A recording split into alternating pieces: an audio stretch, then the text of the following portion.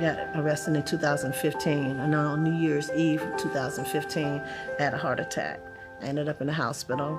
New Year's Day, I had surgery, and I ended up with a pacemaker. So all the using and everything was damaging my heart. Then, my health started deteriorating more and more. While in prison, I lost the use of my legs. I was in a wheelchair for 3 years. Ended up on an oxygen machine. And I like I said before, I just felt like I was in a pit. I felt like I was in a pit and there was no way out, and I just had gotten to the point where I was just so angry and mean that nobody really wanted to be around me anyway, there was nothing nice about me, and I was hurting.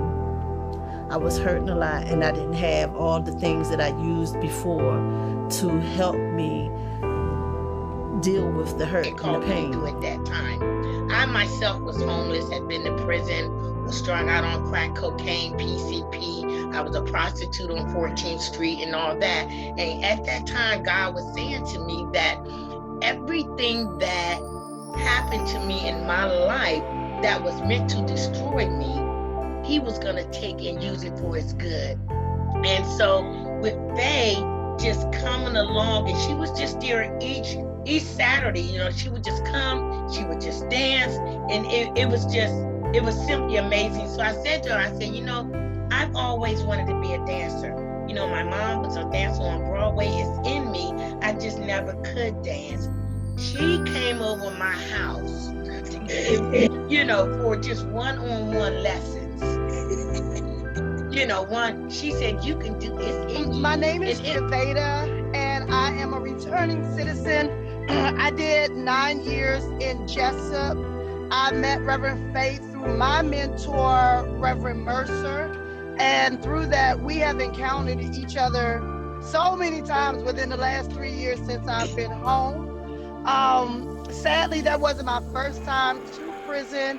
I am blessed today. I have been I'm 45 years old now. Since I was 18, I've been to 26 different jails and prisons, and I have 31 felonies, and no drugs or prostitution wasn't my thing. We all have an addiction. I was addicted to money, and I was going to find it any way, shape, form, or fashion.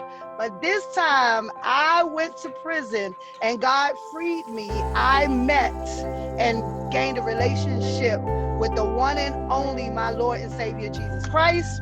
I was raised in church. My grandfather was Bishop McCullough of the United House of Prayer. So while I was in prison, I got delivered out of religion into relationship and learned that because I was a woman did not mean I did not have a gift. Some days I felt like I wanted to give up because I couldn't see how I could do a life sentence, period. And when I went in, life me, you naturally die in there. So I didn't know how I was going to do every day, every single day. My God. Of a life sentence. Then that song came, I Believe in Miracles. And I kept asking for it. And I kept believing it. And I didn't waver.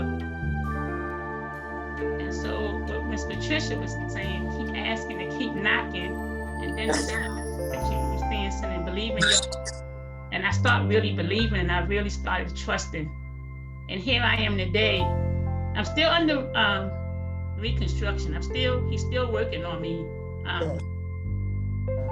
Like I'm being renovated from the inside out, so I can see him on the inside of me.